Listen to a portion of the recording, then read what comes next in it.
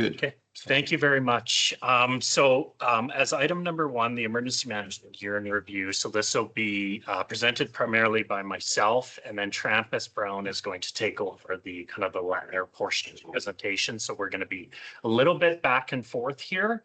But Trampus's work is really instrumental throughout 2026, and so he'll present on a lot of the 26 items. But this topic right here itself is a requirement as per our municipal emergency management plan. And so within that plan itself, which is the overarching governance plan for emergency management in the city, we state in that plan, we will present to the Emergency Advisory Committee at least once per year to review the results of a previous year and what we plan to do for the next year based on findings, risk assessments, so on and so forth. And so now we are here to present what we did in 2025 with a little bit of a glimpse throughout 2026 based on what we experienced in 2025. So we'll go on here. Well, a little bit of an agenda here. We will briefly talk about what the role of the Emergency Advisory Committee is. I'm just going to touch on that one briefly here before we move on to the other ones. The purpose of this one is because this committee itself only meets a maximum of twice per year, typically once per year, which history has told us.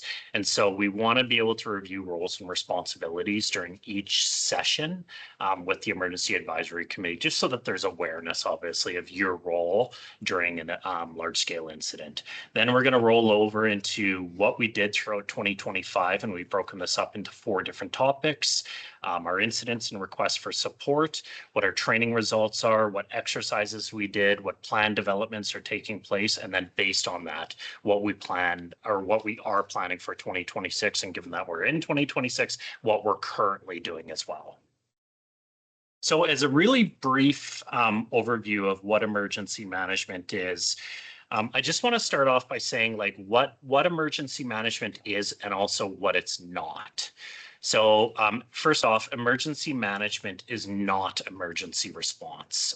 We are not the fire department, the police department, or environmental utilities department. We don't actually respond per se. What we are is we set up the systems and processes and manage those systems and processes to allow our operating departments and community partners. So when we start looking at community partners, that's our social services agencies, healthcare, various things like that, so that they can work together in the most efficient manner during a large scale incident. So that is really ultimately the role of emergency management, is to bring that hub together for all of our community partners and our city departments. So it really focuses on that managerial function, or this basically a system-based approach for emergency management. And so this is really broken up into 3 specific topics: prevention and mitigation. So what we do is we do on an annual basis, we do risk and vulnerability assessments to determine what is the most consequential or most kind of high probability incident that we are to deal with. And that changes typically on a year-to-year basis. And we'll talk a little bit about that briefly on a big finding from last year.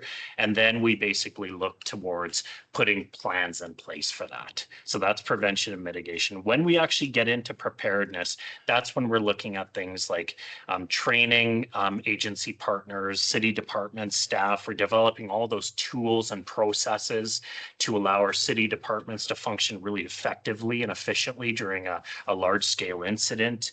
Our corporate emergency management plans, and really from a preparedness statement state, our role is to ensure that this organization is really ready to respond at a moment's notice. So we are prepared, the systems are in place so that everybody knows their roles and responsibilities from a preparedness standpoint. But when we actually get into a response, that's when things shift a little bit. Now, I had already mentioned that we are not responders. We actually don't have equipment to respond. That's not our role. is we lead this process. We provide a leadership role through it. We essentially take a lot of the noise away from the city departments so that they can solely focus on response. We're dealing with the public. We're dealing with social service agencies. We're dealing with external communities. We're dealing with the province. We're dealing directly with our council members, right? So that our first responders and the ones that are actually responding to that large scale disaster can effectively do that job. So we're basically parceling up the work. That is a big portion of our role during a response. We liaise on a regular basis with key community officials, whether it be, college or Alberta Health Services or various things like that. We're that point of communication during a response as well. And then obviously when we get into recovery, we're doing after action reviews, recovery planning, and also working with the Emergency Advisory Committee throughout that entire process. So just a really brief overview of what we are and what we are not. Now, going really quickly as to what the role of the EAC is, or the Emergency Advisory Committee, both before an incident, during, and after. So before an incident, we're here right now. What we're doing right now is what the EAC should be doing is, as members of the EAC, you're verifying if emergency planning is adequate. So hence why we had committed to coming to the EAC once per year and reviewing what we did over 2025, because ultimately, from an accountability standpoint, it does sit within the EAC. We're just doing this for you, essentially. And you're participating in training, recommending improvement opportunities, various things like that. During an incident, two primary roles for the EAC. A key integral role. The EAC is the only group within our organization, and in fact, the geographical boundaries of our municipality, the only ones that can declare a state of local emergency. In my role, I can recommend a state of local emergency, but it ultimately is up to the EAC to formally declare it. During an incident, the EAC plays an integral role with that.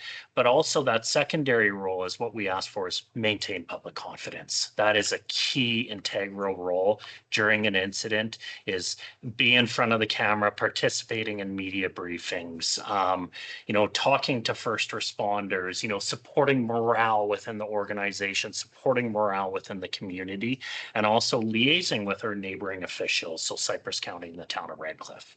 After the incident, that's when you get into recovery planning. We were just very briefly talking at the beginning of this. When you start to think about even our topic number 2 with flood response, a big aspect of the EAC is what does mitigation look like following an incident? So do we need to improve our infrastructure? Do we need to do better and be better prepared for our next incident? So big role of the EAC following an incident. So just wanted to provide a really brief overview, almost a summary of roles and responsibilities, like I said, just because we only do meet once to twice per year. And so just a very quick review.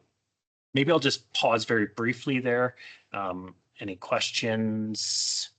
No, not really. I was going to say, what happens if the EAC, but there's an odd number. So like if 2 say, yes, we should have an emergency declared, and 1 says, no, I don't think we're there yet, the majority would prevail, I guess. That's how that would work. Yeah. Through the chair, that is correct. Yes. We also do have. Unless one of them's away or something. Yes, that is what I was going to touch on. Thank you. Directly within our bylaw, it does have a process for that. So you would essentially start to use alphabetical order based on the council members. So to bring somebody else on. That's right. To be that supplementary EAC member, because we need that 3 signatures on the declaration. Right. Yeah. Well, didn't it used to be the chairs of energy, public service, development, infrastructure, and mayor? That's correct. It's just the 3. So it's Those 3 chairs plus the mayor makes 4. yeah. So only 2 chairs. 2 chairs. Used to be. Yes, that's right. So it's only the 3 now. So the mayor and then the 2 chairs. Okay, good. Okay, thank you. So we'll move on to the next slide. So what drives our work? So Prior to 2020, the primary driver of the work of myself and Trampus or any kind of emergency management initiative was very largely based on risk. So what is affecting the city of Medicine Hat? What are the hazards that are impacting us? And so that's where prior to 2020, we took a hard look and ensured that we were prepared for those high impact hazards or those high probability hazards. Although we're still doing that now, and that is a large focus, post 2020, we're largely compliance based now versus risk based. Following the vast array of incidents that occurred between 2010 and essentially 2020, 2019, and even going into COVID-19, the province significantly increased their legislative requirements for emergency management in all municipalities across Alberta. We were, prior to 2020, we were reliant on roughly about 8 pages of legislation. Post 2020, we're in the 200 to 300 pages now of legislation. And so the province is actually starting to catch up really to ultimately where it should be. The US has been very compliance based for many, many years. And so Canada and specifically Alberta is really taking a look at what the US is doing and copying and pasting what they're doing into Alberta. And so that's why a lot of what we are doing now is based on legislation, still necessary items, still what we need to do. But a lot of the incidents in the past have determined that more so the smaller communities that don't have a lot of personnel capacity just were not up to the point. And so the province came out with legislation as a bit of a enforcement tool, we'll say, to bring up their capabilities. But ultimately, 3 main items. We talked about legislative requirements. We talked about hazard outlook, risk, and trends. The third item, which drives our work, is what did we experience in the previous year? So that comes out of exercises, that comes out of actual incident responses. So following any incident or exercise, we generate an after action report, which determines opportunities for improvement, which again adds to our workload for the following year. Talking about legislation as well is for as far as I can actually remember since I've been employed here and actually when the province started doing audits on the city, we're 100% compliant. We get an audit from the province roughly every 1 to 2 years. We are fully compliant. And in fact, I believe we just had our audit last week, 2 weeks ago, last week, fully compliant once again. So now we're going to get into what actually occurred during 2025. This is ultimately the bulk of the work that we saw in 2025. So we're going to talk about incidents very briefly first. And so just as a preface to this slide, so we have 4 levels of municipal emergencies in the city. This is once again a formal process that gets driven down from our department. So we have 4 levels of emergencies, and this dictates how the city operates actually during a large scale incident. So level 1 is just routine. Fire and emergency services, Medicine Hat Police Service, environment, utilities, all of them, they're responding to incidents on a daily basis, right? They just do their thing. That's level 1. We don't get involved in any of that. That is under the full purview of our emergency services. That's operational requirements, day-to-day business almost for them, right? So that's a level 1. When we get into a level 2, the closest thing that I can kind of compare it to is when we just start getting a little bit nervous, right? That's a level 2 for us. It's just something is not quite right. And we need to put certain city staff, including executives, essentially on notice, right? Something may happen. Right? So this is where we get into a level 2, what we call as enhanced monitoring. We improve coordination, we improve communication across city departments, and people are ready to respond if needed. So we had 2 level 2 municipal emergencies, which I'll touch on briefly. Level 3 and level 4, that's when it's full out. We are responding. Level 3 is partial augmentation. So that's where certain city departments are really full into the incident, depending on what that incident is. If I could use an example, a windstorm. So in a level 3 windstorm, that would be like electric distribution. That would be parks and recreation. That would be municipal work. So it's kind of a partial augmentation as to the operation of the city. So not quite a really big incident, but big enough that we have to do something. Level 4 is full coordination of all city departments. That's your big incident. That's a flood, right? Where that is now the main priority of all city departments is to respond to this very large incident. And so that direction ultimately comes down from our group in consultation with the city manager. So two kind of level 2 municipal emergencies that we dealt with in 2025.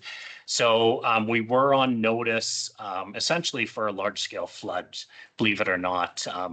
The River Forecast Center in 2025, in June 2025, was monitoring a very large weather pattern that if it did impact the foothills region, so just kind of west of Calgary there, they would have predicted we would have been impacted by a 2013 flood.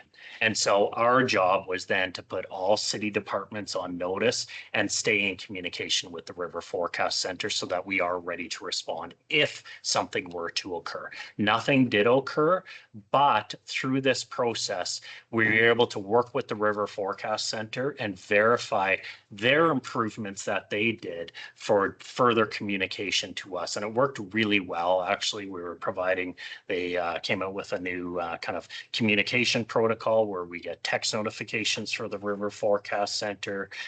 We get forecasted flow rates based on weather patterns, et cetera, et cetera. And so it actually puts us in a far better spot so that we can be more prepared based on the direction from the River Forecast Center. So that was excellent that we were able to go through that process with them. On it. I recall last year that the river was actually low in June. Mhm. And it was all doom and gloom, and we were going to be sucking sand before August. It came up later in the year. Mhm. So this alert came as a result of a weather pattern. Yes, that's correct. Large weather pattern that would have, and that is actually what occurred in 2013. And perhaps we'll put a little Yeah. bit more detail Yeah, that's fine. in item 2, but Yeah. it's snowpack. Like it just rain. surprised me to say, June, really in June? Yeah, That's when I was doing my trolley tours and saying, "These rivers, I've never seen it this low this early." Yeah.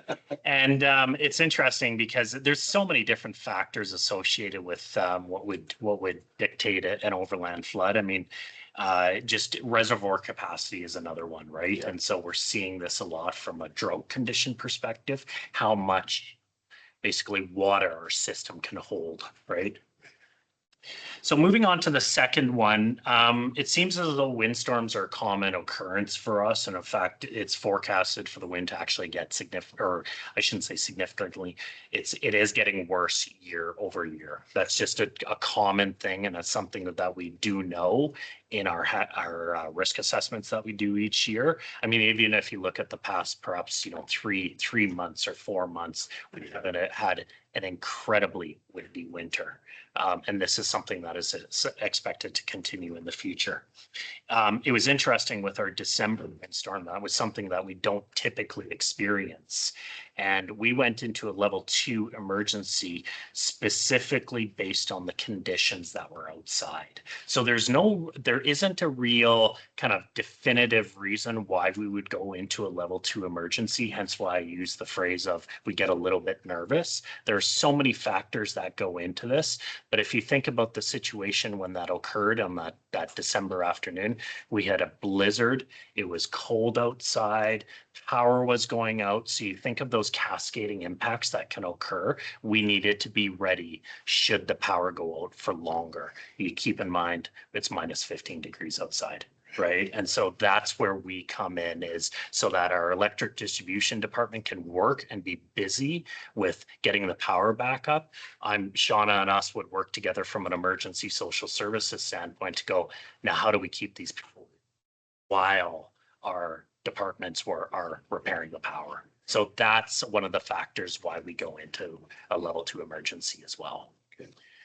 One of the findings that we found from this as well is we want to do a bit better with that coordination of communication between city departments during a level 2 emergency. And that's primarily for two specific groups. Number one are executives. And so they're receiving one message and not, let's say, 6 or 7 different messages from 6 or 7 different city departments. We're receiving one unified message, but also to council as well. We want to be able to, when we go into a level 2 emergency, given the situation, provide constant communication and accurate information to our council members during those types of incidents. We are not controlling the incident by any means. We're simply consolidating that information to give you a common operating picture so that you're aware as to what is going on. Request for support, that's our next item. This is a fairly new one for emergency management, but we're seeing it more and more frequently year over year now, is we're not necessarily dealing with emergencies per se, but we're dealing with the after effects of other communities' emergencies. And we're going to see this more frequently as the years come on, and I'll touch on it here briefly. And so a request for support, the differentiation between an incident and a request for support is typically similar to what I said. It's not actually our incident. We may deal with the people from another community. And in fact, in these two situations, that's exactly what it is a community may be dealing with the actual response to an emergency, such as putting a fire out or other means. They evacuate their residents. Now the question is, where do they go? Right? Where do they go? And so what is starting to happen more frequently and more so up north is when these northern communities are hit by large amounts of wildfire, which is a common occurrence now, the province now, instead of sending them one community over, such as what happened with Jasper, they actually went to Hinton, and then in a couple of other places, they're just going to take it and they're going to take a fairly hard move and they're going to go, we're going to put them in Southern Alberta, right? Where you don't have a forest. And so we're going to see this more and more frequently where northern communities are burning and we're going to take their people because we can provide them housing, right? And so that's actually what happened with our item number 1. And it's not even just from in the province, it's now Canada-wide. So we were the first ones on the list during the Manitoba wildfires last year to receive the Thompson, Manitoba residents. So full province over, going to skip over Saskatchewan because Saskatchewan was also completely overloaded last year. And so we're now getting to the point where the federal government is starting to shift evacuees right across the country. And so we were slated to receive Thompson, Manitoba residents. And so through that, we worked with vast number of community partners, our emergency social services group, airport, because we were essentially, federal government was going to land Hercules at our airport full of evacuees. Medicine College we dealt with. And so this is a growing trend that we're seeing, and we are, we'll get into it a little bit here. That is on our list, that this is something that we have to be prepared for and more prepared for. Is in this case, they didn't actually come. They did not. No, they did not actually come. But we went through the process of signing the legal agreement with the government of Alberta, who in turn signed a legal agreement with the government of Manitoba. So it was essentially the government of Alberta proctored an agreement with the government of Manitoba, who in turn proctored an agreement with the city of Medicine Hat, full cost recovery. Yeah. So we just need to track accurate costs and including time as well. All time is accounted for. So the Manitoba government, the Alberta government would pay for it, and then the Alberta government would recuperate their costs from the Manitoba government.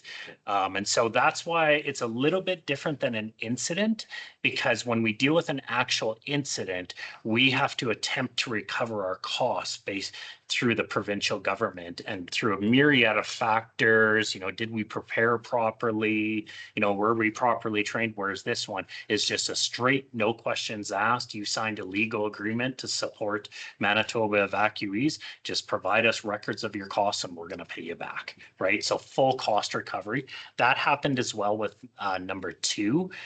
So our July Alberta Health Services evacuee support, that one did occur. So we can see in the photo there, that is actually evacuees from Northern Alberta at our airport being unloaded off of medevac planes onto special transit buses. So that photo was actually probably about 9 p.m. on I believe a Monday night at our airport. Impromptu, received the call about 5 p.m. saying we got 8 planes coming down to Medicine Hat. We need support to move these people from the airport down to an assisted living facility. That Alberta Health Services had already coordinated. So we were there to receive the evacuees, unload them, put them on special transit buses and bring them to the Alberta Health Services facility, and in turn actually bring them back. So reverse the entire process as well. And so Alberta Health Services did not have that capability to do that. They have the planes and they have the paramedics, but they don't have the strong people perhaps to lift them off the planes, and they don't have the transportation. So that's where they contacted us to facilitate that process, which again comes back to the coordination aspect. We're not physically lifting people off of medevac planes. We coordinated with fire, we coordinated with transit, we coordinated with airports so that this could occur, right? So we were a coordination body on that standpoint. And again, full cost recovery. So in this standpoint, this incident, a couple of weeks later, we calculate all of our costs and we send an invoice to Alberta Health Services to recover all of our costs. So just kind of somewhat mutual aid partners there. Next slide here. So one other thing that we do and drives a portion of our work is the City of Medicine Hat is what we call the leaders of an incident management team across the province. So we call ourselves the South Zone All Hazard Incident Management Team. This is a provincial initiative that is ran by 5 separate communities in the province. So Medicine Hat runs the Southern team, Red Deer County runs the Central team. Strathcona County runs the kind of north central team. Fort McMurray runs the northeast, and then Grand Prairie runs the northwest team. And so what this is, it was driven from the 2016 Fort McMurray wildfires, where the province now came to the understanding that communities can't handle disasters that large with solely just our own municipal staff. And in fact, we're going to probably see this more and more frequently, perhaps even in our own community, where the sharing of resources across the province is becoming more prominent, not just equipment, but incident management personnel. So trained people to manage incidents. And so we've been doing this since 2018, and this is fully grant funded from the province. And it's their effort to go, we need to support larger kind of incidents across the province. And so based on this, we have supported quite a few incidents over the last, let's say, 3 years. And so 2023, we sent a number of people up to Drayton Valley for their evacuation. Keep in mind, this is also other Southern Alberta communities. So Lethbridge, Crow's Nest Pass, MD of Tabor, Town of Tabor. So they're on this as well. We lead it though. So we had Drayton Valley, we had Jasper, myself, I was up in Jasper. And then last year, we actually deployed to 3 separate incidents. So Sturgeon County, Yellowhead County, and then I'm going to turn this one over to Trampus because he actually responded to the Crow's Nest Pass missing person search. And so I'll just maybe leave it at that. I think we can extrapolate perhaps what that incident was. I think it was widely published all over the news about a missing person in the Crow's Nest Pass. One of the largest RCMP responses in Canada from a missing person, if not the largest. And so based on that, we supported that from an incident managed perspective. And I'll maybe ask Trampus to kind of do a really quick overview. And then, in fact, Trampus is going to continue on with the presentation. Sure, thanks for that. So yeah, I was deployed kind of as the food unit leader and the facilities unit leader in that Crow's Nest Pass search. There was a team of 7 or 8 of us that deployed from Southern Alberta, that went in and took over from Canada Task Force 2. And we spent 6 days there, kind of managing the incident command post. And then we also worked to demobilize the incident command post as well as the camp. We ended up staying in a Bible camp there. So we ended up working with the demobilization of that. So the community just didn't have the ability to support. And that call came directly from the RCMP. That they were looking to have an incident management team on the ground to support their officers in that search. Now, just before you go on, so we are the lead and manage this. I've been calling it in my own mind Shazam. Okay, there's no way that's That is what people call it. So that Medicine Hat, not Lethbridge. Medicine Hat. Yeah, we lead it. Yeah, that's interesting. Yeah, yeah. Do you think there's a reason for that? Or, I I- mean, maybe I'm inviting you to pat yourselves on the back. No, and actually that is kind of what it is. We are seen as a bit of a leader in emergency management in the province. And so in 2018, the province contacted me directly and asked me if I wanted to do this. Okay, okay. And so through, conversations with our executive leadership at the time, they had agreed to this, and we've just been continuing on with this process. And so I don't want to necessarily say a pat on my back, but perhaps a pat on the organization. Well, certainly, yeah, and I meant it that way. But yeah, okay, that's good. That just confirms for me that, what I was thinking. And again, this program is provincially funded, as well as it is cost recovery. So we did send RCMP a bill for my time and services, so that Right. the city's not out anything by doing this. Right. And it was the RCMP in that particular case that called you in. So there wasn't a local state of emergency or anything of that kind going on there. But they recognized that they needed an incident management team in place so that they could concentrate on their search work and you could keep things coordinated. Make sure they got fed, something Yeah. as simple as that. But we were deployed in logistics and planning. So helping to create the plan of kind of what's going on, deal with the facilities, deal with ground support and travel and transport and that sort of stuff. Okay. Interesting. Thank you. So talking about training in 2025, Merrick and I are both qualified ICS instructors, and I'm actually doing my next level of train the trainer at the end of April. We had 7 courses in 2025 on 101 folks trained locally. We did it in ICS. We also did some advanced training in finance as well as planning. As you'll see from the list, the majority of the students are from the city itself, but we do see some other organizations that we help to support and work with. Yeah.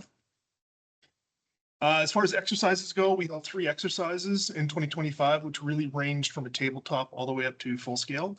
The tabletop involved our gas production folks, simulated damage to a wellhead. We are required to do a tabletop by the Alberta Energy Regulator every year, as well as a full-scale exercise every 4 years. Again, coming back to the regulations and legislation that we're required to follow has increased dramatically. The full-scale exercise, we did out at Unit 17 to simulate an aqueous ammonia leak. We're required by Environment and Climate Change Canada to run a full-scale exercise every 5 years. This exercise brought several people together, 911, fire, specifically the hazmat team, Cypress County Fire, and then obviously our electrical generation folks were involved in that exercise as well.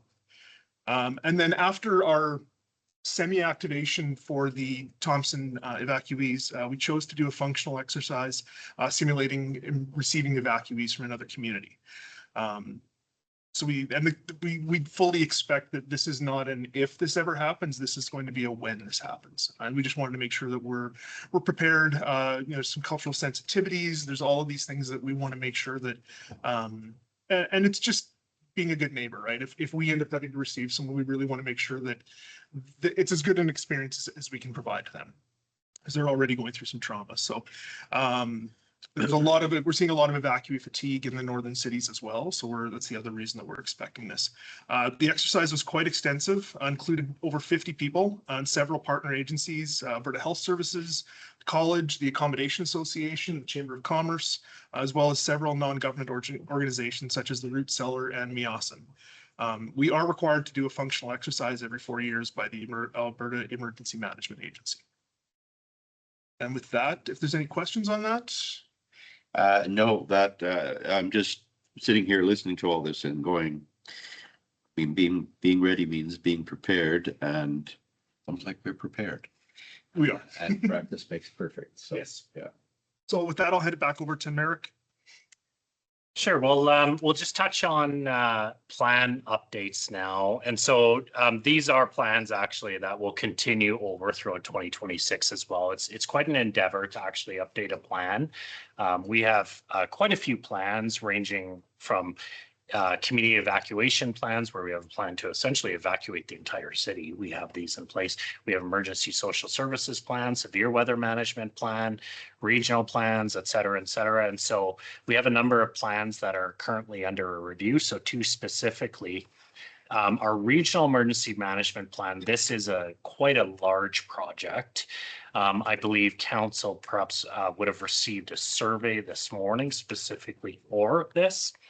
Where this is going is we are determining the governance of emergency management between the city of Medicine Hat, Cypress County, and the town of Red Cliff. We do have in place a regional emergency management plan that was created in 2014, 2015, around that range. It is quite out of date based on legislative changes. And so we were able to get grant funding for the province of $125,000, which we have in turn hired a consultant to review and recommend to council a governance model for regional emergency management. So to put this into perspective, there's three options that they're actually looking at for this. The first option, or one option, is full, I guess, independence, we'll call it. So basically, we do our own thing. We just have a method that we communicate to each other. This is probably the least preferred method to do it because it typically doesn't work, right? It's kind of where we're sitting right now, and we're finding that the process isn't working. The other side that they're looking at from a governance approach is full regionalization. And a lot of communities are seeing this right now. So as an example, County of 40 Mile is going through this process. Grand Prairie has gone through it quite a few times. But where this, what happens with this is they look at one lead community to then manage the emergency management requirements for other communities, obviously with funding and, changes in billing, of course, between the three municipalities. But this is essentially what it will look at is what does regional emergency management look like? And so through this process, all three councils from all three communities will go through engagement sessions. And then ultimately the three councils will come together and make a recommendation as to what we want regional emergency management to look like between the county, the town, and the city. And so this is a multi-year project. Second one is our corporate business continuity plan. This is actually a new plan. This is not necessarily a response plan, but this is a plan that is internal within the city of Medicine Hat. So internal meaning organization, right? And this dictates how we as an organization continue to operate as close to normal as possible during a disaster. So the closest thing that I can perhaps recommend or use as an example is COVID-19. That was a very large business continuity incident. Alberta Health Services was probably dealing with the actual incident itself from a virus standpoint. We were just in a very large business continuity incident. How do we keep operating? How do we keep council meetings going in this very unusual time? How do we ensure City Hall stays open? So if you think about this even from a flood, that river will be completely swollen and it will be touching City Hall. And so how do we keep City Hall functional? So that is what a business continuity plan does. And so we'll be continuing to work through this process to ensure that we can maintain that critical service delivery as close to possible or as close to normal as possible. And so that'll continue throughout. 2026 outlook, I'll get Trampus to do a quick overview of that. Sure. We look at 2026, we've got a lot on the go. We're performing several exercises in the next couple of months. including a full-scale exercise that's going to simulate an overland flood response that will involve many people at this table and a whole bunch of others. So we're excited for that. And when will that happen? Before, because, well, we're going to get to it, I know, later on the agenda, but we could have an overland flood. Late May. So So you're going to look at it at late May? Yep. Okay. Just about the time we'll be possibly getting into the real thing. which then if we have to put the walls up, we can put the walls, but it's actually going to include construction and the Okay, deployment of some of our physical infrastructure. Okay. I'm also working with police, fire, EMS, 911, and venue staff to conduct a full-scale active shooter exercise at Co-op Place. The day will consist of the tactical team running several drills and will conclude with a full-scale exercise where we expect about 100 participants, including our staff, our security contractor, and volunteers. And then lastly, I'm working with Special Olympics to run a couple of exercises with them involving potential scenarios that they may encounter, such as extreme heat or contagious illness. So we're working to, the front half of the year is very exercise heavy, so it should be really good. okay. We're also updating our emergency social services plan this year, specifically with a lens towards service levels. So when we are evacuating people, what are we providing them with?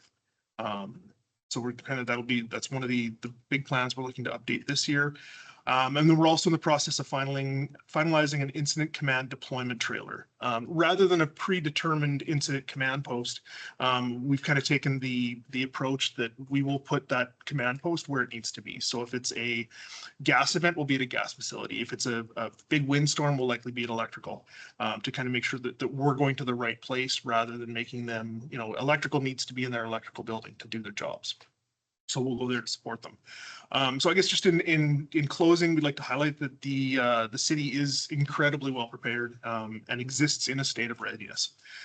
We do anticipate the trend for requests for assistance from other agencies will increase, ranging from deployments to other incidents or receiving displaced people.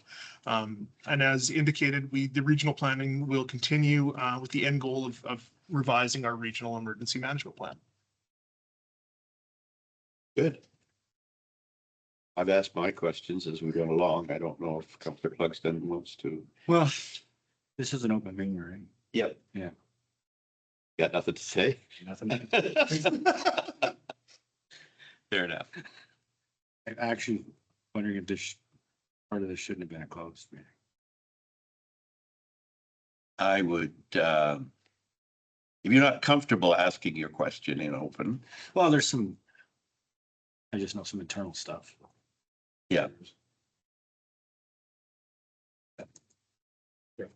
I consider your You have a motion. budget for that trailer. You're buying a trailer. Do you have a budget? Yes. So when's that purchase happening? The trailer's already been purchased. Okay, it says Yeah.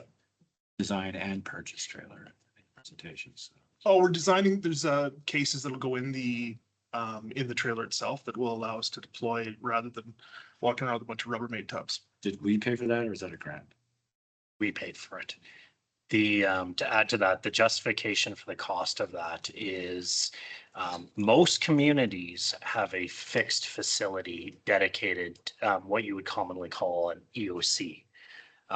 We chose to reduce costs on that drastically by having a fixed building that is dedicated to emergency management that perhaps only gets used once every 2 years, 3 years, by transitioning to a trailer with equipment put into it that we can use a facility that perhaps is used for a different purpose. So essentially, this is actually saving money.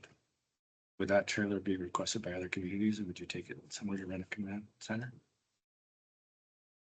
I don't think so. I think if we would, then there would be a cost recovery Yeah. approach to it. I don't know that we've discussed that. And Promise used to have one. Or They- still do, They still do. big RV. And this trailer is not designed to work in. It is literally just a A cargo trailer. cargo trailer. Oh, It is literally a cargo trailer. Screens. and- No. We're going to Yeah. use the screens in the rooms that we're going to go to. You're going to set up somewhere, but Yeah, this that has is got correct. all of the equipment that you need Exactly. to do this, wherever you choose to do it. The incident will tell us where we should go. Yeah. Whereas other communities, I'll use an example. High River. Their quote unquote EOC, which terminology is what we're not supposed to use anymore. It's in legislation, it was right beside the river. And so all of their plans were gone in a matter of hours. And so they didn't have any contingency plans for that. And so ultimately we have processes. The city's that. Yeah. Yeah, I know. That's really my little. All right. Well, this does give me considerable reassurance. And I mean, I've always had a sense that we were on top of our game here because we've had to deal with real incidents pretty often. Maybe not for 10 years, but we have had our experiences and we've learned some lessons and we're ready. That's good to know, and the public should be reassured as well that we're ready and leaders in our field. All right. There are no further comments on that. We will move on to the next item. Oh, I had a question. What was my question? Oh, perhaps for municipal works. I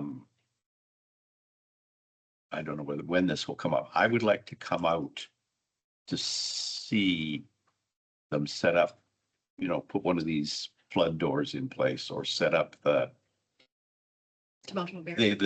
barriers or whatever. So if you could just make note of that when they're planning to do that, you could alert me, and if possible, I will just make an attendance to stand off to the side and watch this happen, because I've driven through like the one into Strathcona Island, I guess it is. My Sunshine Folly experience has served me well, and commented on how we do annual training on that to make sure that we have staff who remember how to set these things up. Okay, good, thank you. On to hazard overview, overland flooding.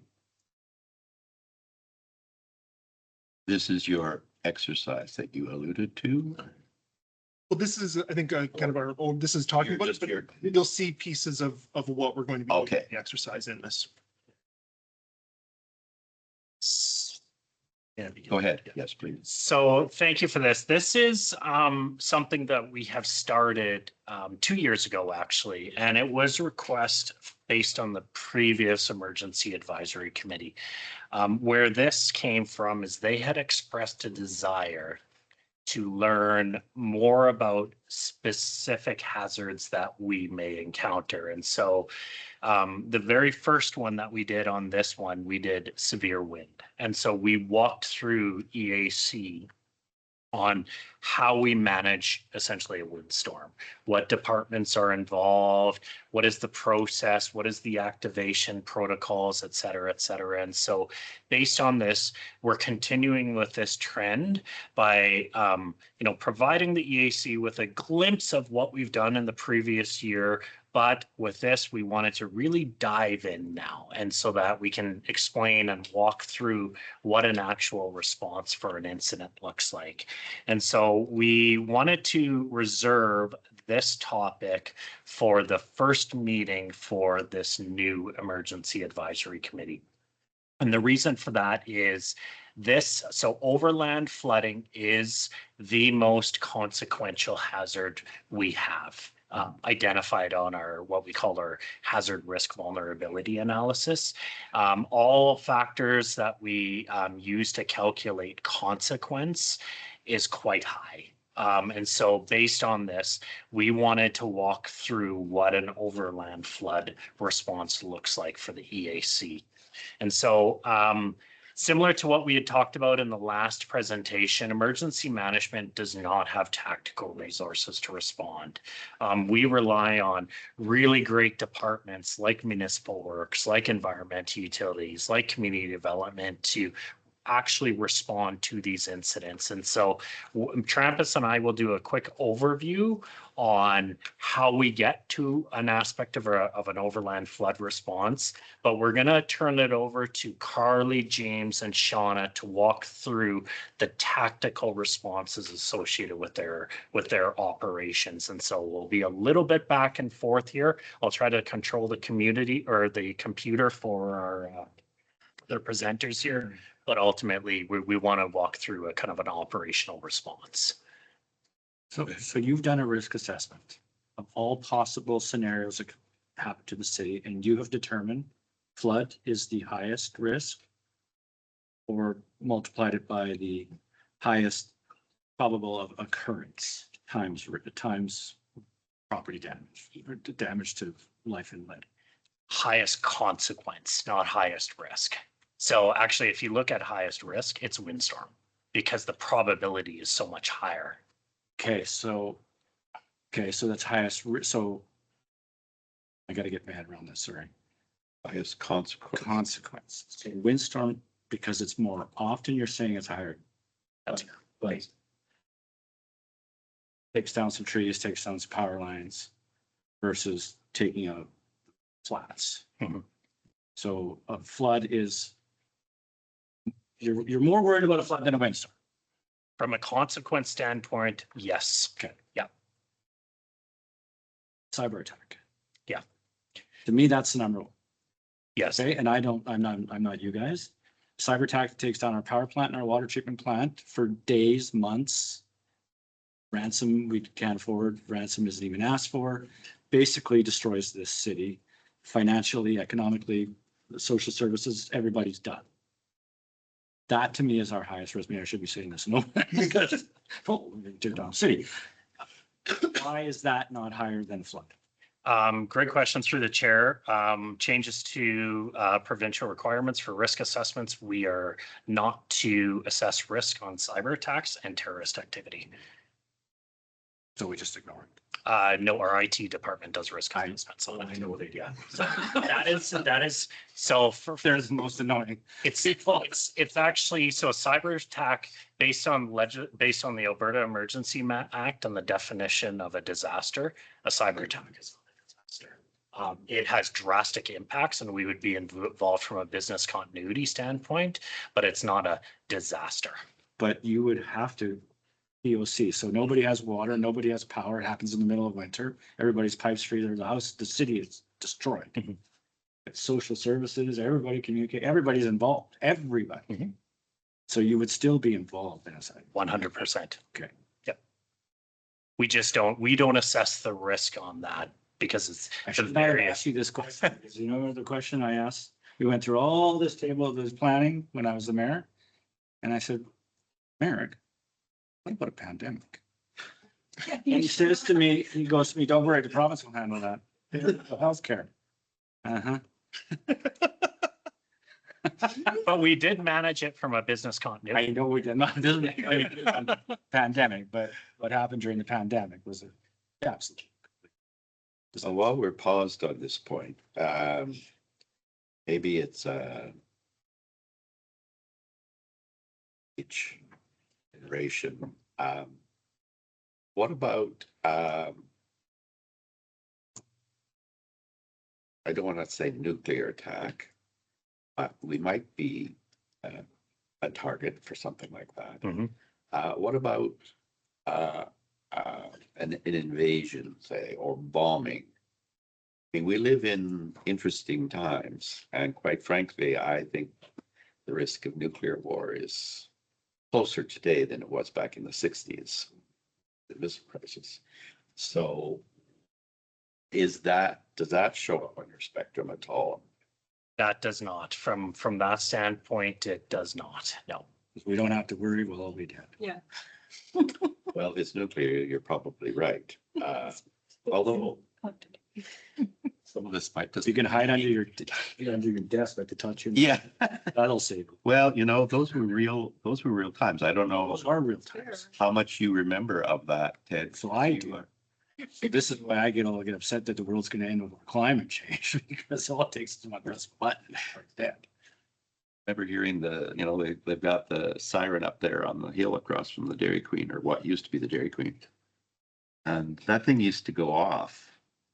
And I can remember It's for your, if you, bugging my mother to say, shouldn't we be doing something? I know, like, this is a warning. This isn't the real thing, but still shouldn't. And she would just kind of brush it off and say, "Yeah, they're just playing with their toys or something."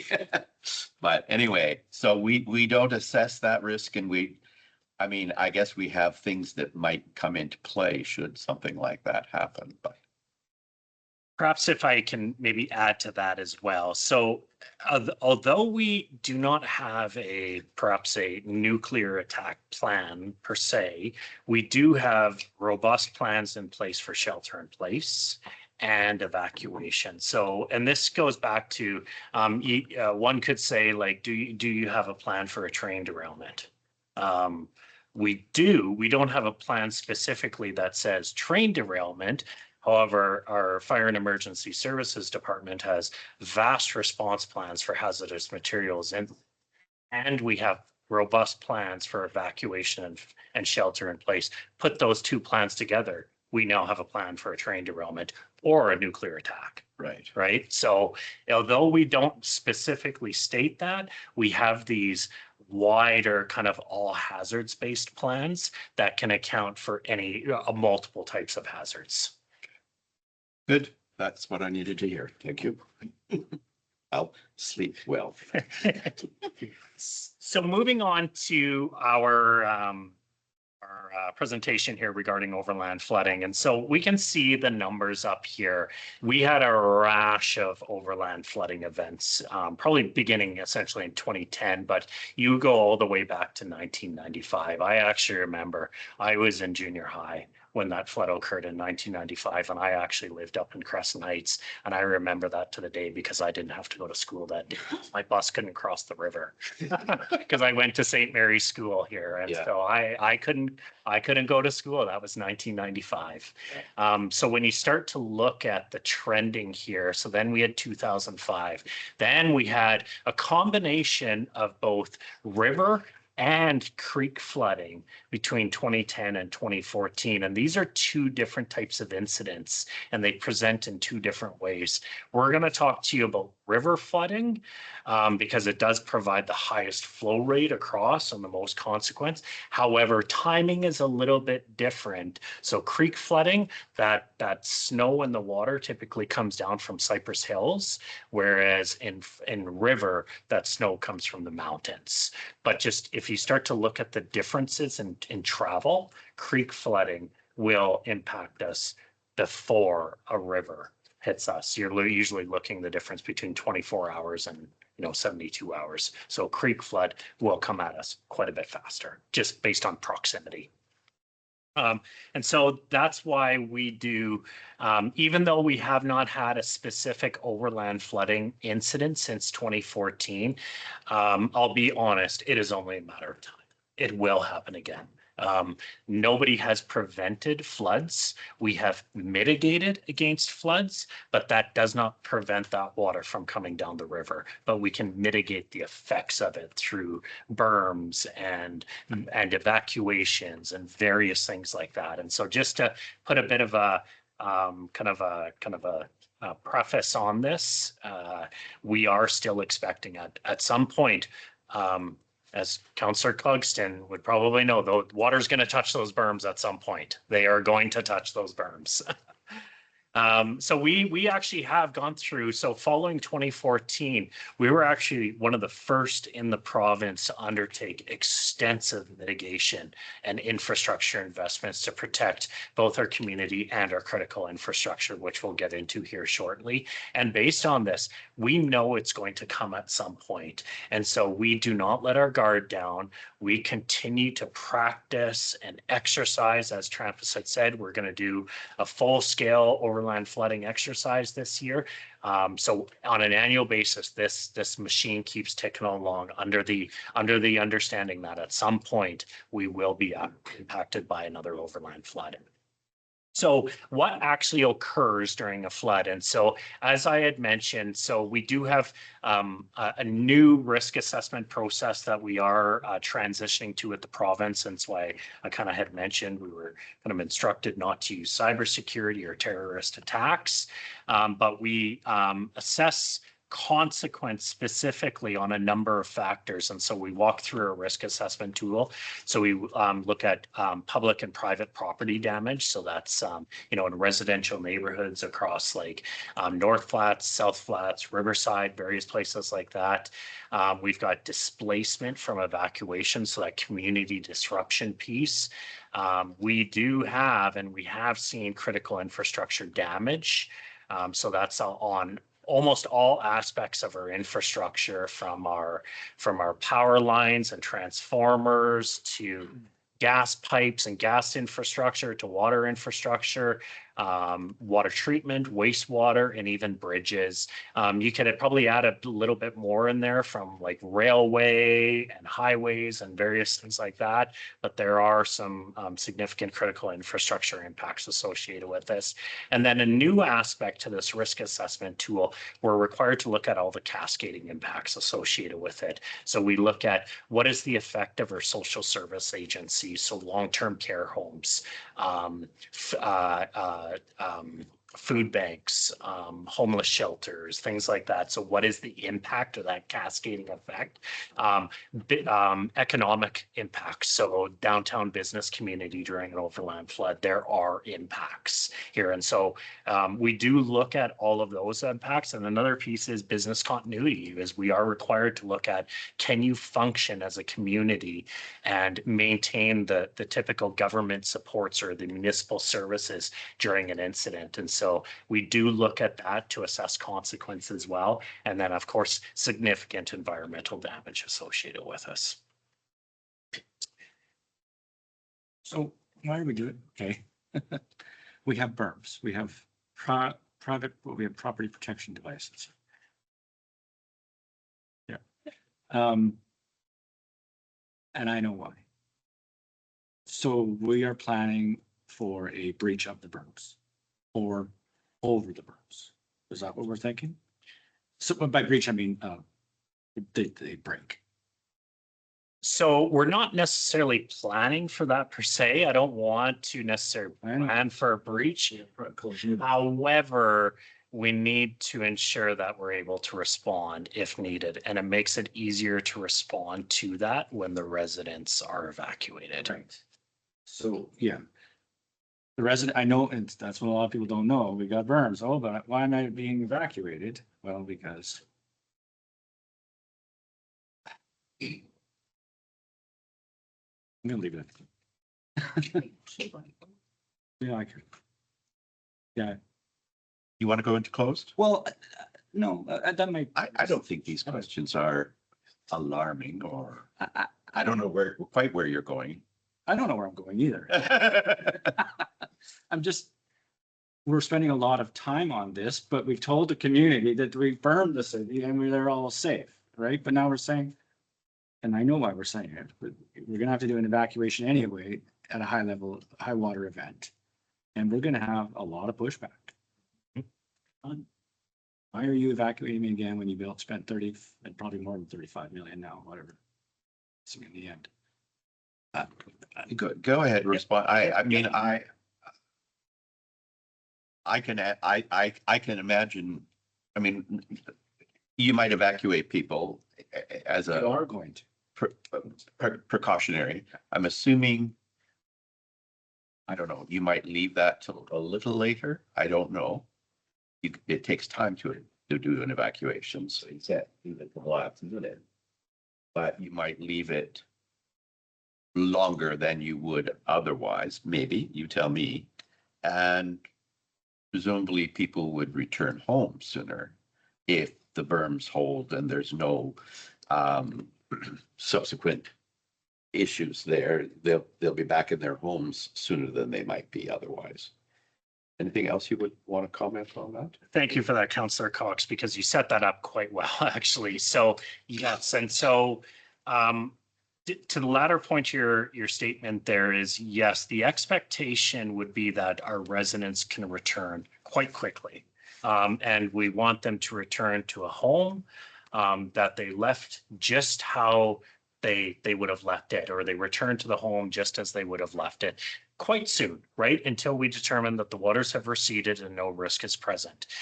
A couple of different things associated with this. So 3 specifically. So number 1, and I think the most glaring one is we haven't used the berms before. And so we want to get one under our belt to determine what it will look like, how the impact will be, what the impact to the community. And so this one, we've essentially just decided, yes, we are going to evacuate.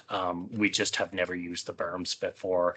Second aspect to this is there are a number of things that occur inside of the berms that still impact a person's personal residence. And we'll speak about that very briefly, but there are a number of what are called sanitary sewer isolation valves across the city. Some very large sanitary sewer isolation valves that our city departments will actually turn, and it shuts the sanitary sewer off of their house. And that I believe there's one in North Flats. And then, so now what they essentially can't be in their house anymore, right? Because their sewer system doesn't work. What prevents something from coming up the sewer system will also prevents it from going down. So they can't flush their toilet.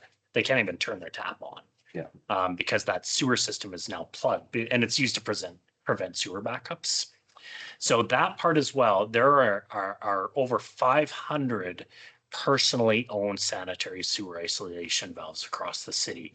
And as per Alberta safety codes, when we have an overland flooding that can impact properties along the river, we're required to inform those residents to close their sanitary sewer isolation valves. What that would then do is basically direct those homeowners to take a little plunger that they have and jam it into their sanitary sewer isolation valve in their basement, which again, in turn, makes their house uninhabitable because they can't turn the water on. So it's not only just overland flow towards the water, it's also sewer backup. The third item that I want to add here is when we do plans and it's overland flooding is just one example, but we have to look at what other incidents have caused to the public.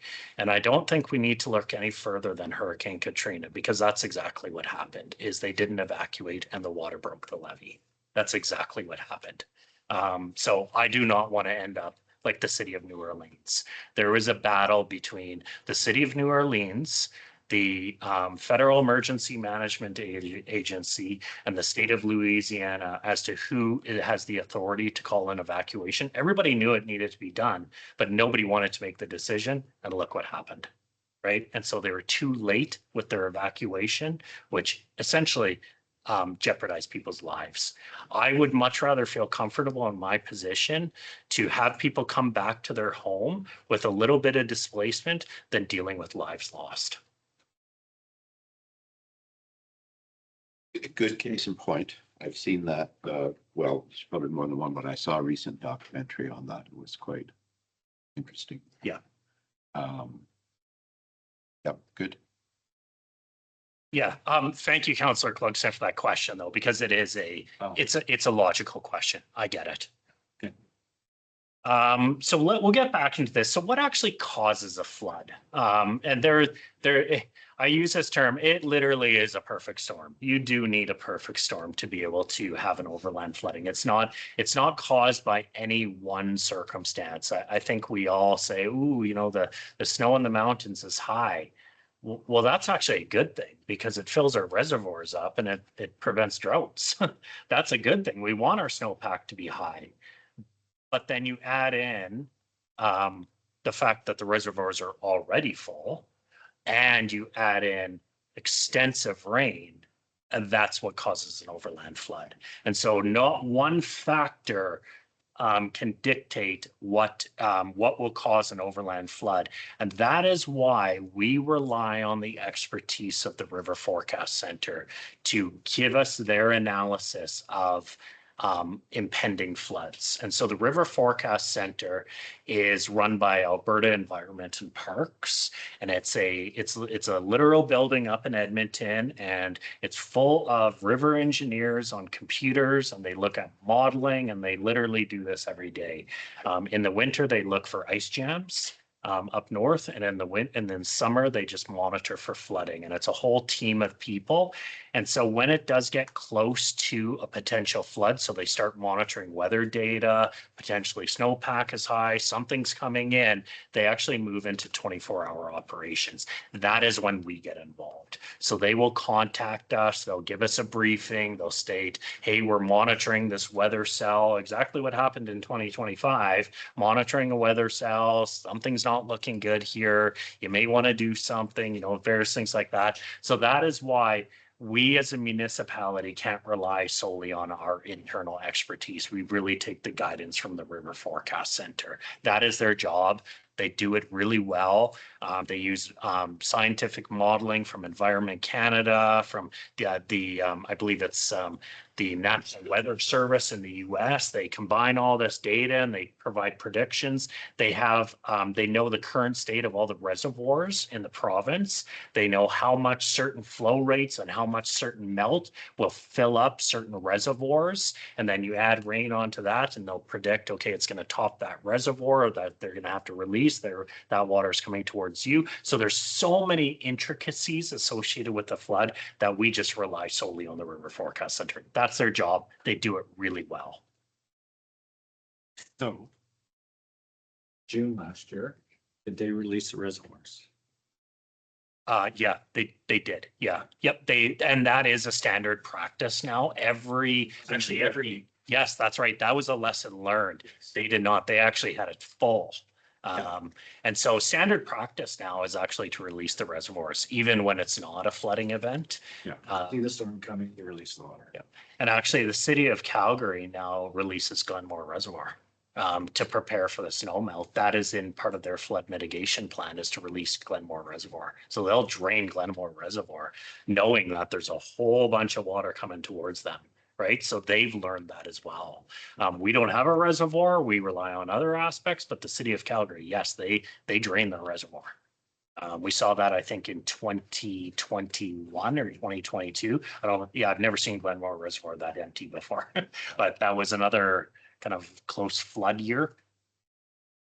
And actually that point as well, and maybe I'll touch on it now, is we're seeing a number of other provincial initiatives, specifically the Springbank Off-Stream Reservoir. So that came online this year.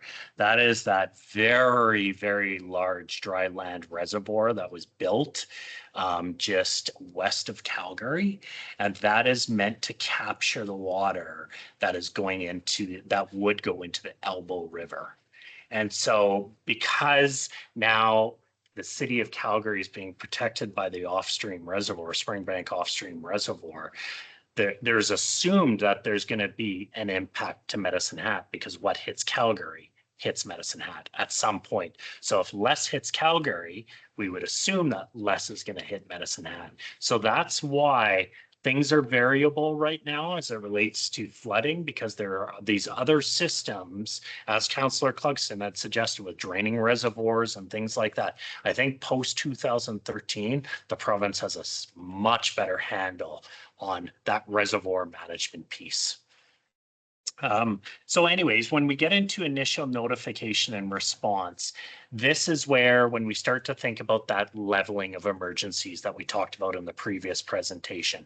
So should the River Forecast Center state you are going to see a flood, And it's going to be within, 72 hours or 4 days or 5 days. Usually we're starting to see probably about a week's long notice now, which is really nice.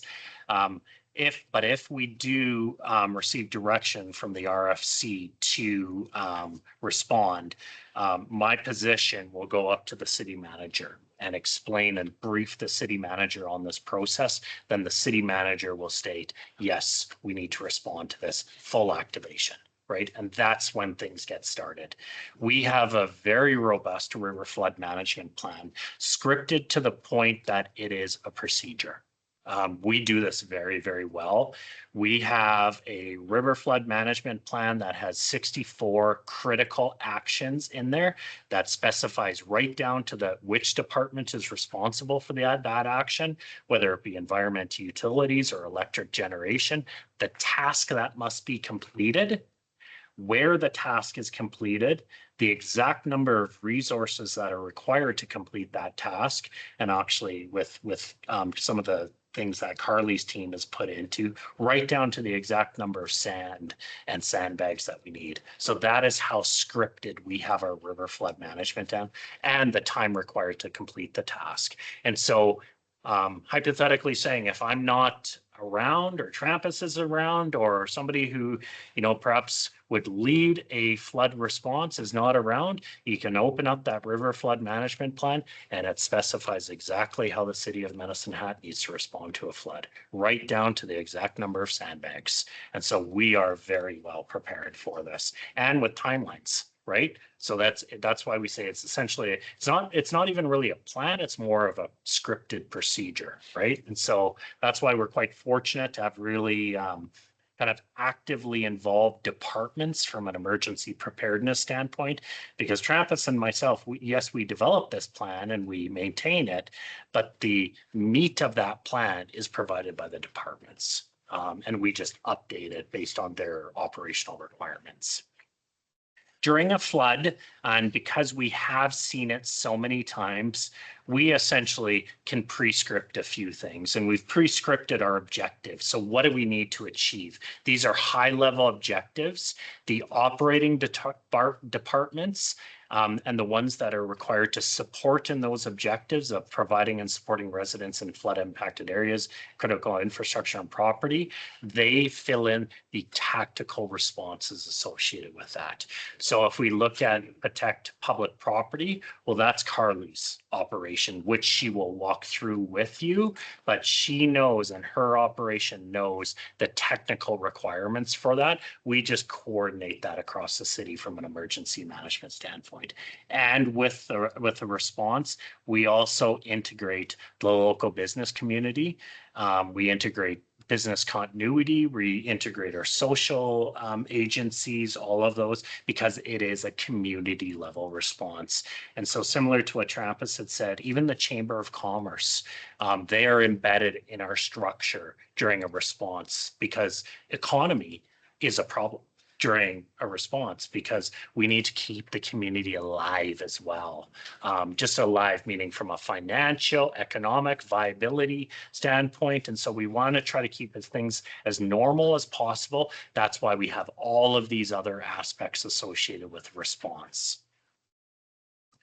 Last slide from me here, and then I'm going to turn it over to our operating departments here to kind of go over I call it the tangible response items. Is from a response standpoint and an incident management standpoint, following 2020, like I said, a significant amount of legislation came up, is we must use the incident command system during any response. That's written right into legislation now. And the reason for that is every community needs to be trained in that, because we don't necessarily know where those members of other communities would be in our structure. So if the province can say, you're all trained to the same standard and same process, it doesn't matter if we take, a firefighter from the city of Lethbridge, we can just integrate them into our system because they know our training process, right? That is one of the reasons why the province implemented the incident command system, is sharing of resources across the province. Throughout any incident, doesn't even need to be a flood. Anytime we respond and activate anything that would be a level 3 and a level 4, we must send daily assessment and progress reports to the province. So that is number of displaced residents. That would be the property damage occurred on a daily basis, state of our critical infrastructure. So there's a bit of a laundry list of reporting that we have to do to the province. And so that's one of our big aspects, Trappist in mind during a response. And also, like I said, we don't necessarily respond. We coordinate a lot of the aspects between city departments so that we're not kind of tripping over each other. We're not competing for resources. We're no longer operating as, let's say, 10 city departments. We're operating as one unit. And so sometimes that's not always common in the city. And so we bring those departments together to operate at a standard level, make sure communication occurs properly, make sure that we're not competing for resources, you know, various things like that, and just make sure that that operational tempo is maintained. With that as well, we do provide council with regular updates. And as much as that says, you know, typically twice per day, this is at the purview of the EAC. If you would like to receive 6 updates a day, we will do that for you. That is, we want to ensure this group here is well communicated with during an incident so that you're prepared to answer any questions that may be from the public. This actually worked quite well. We actually took this from our response during COVID.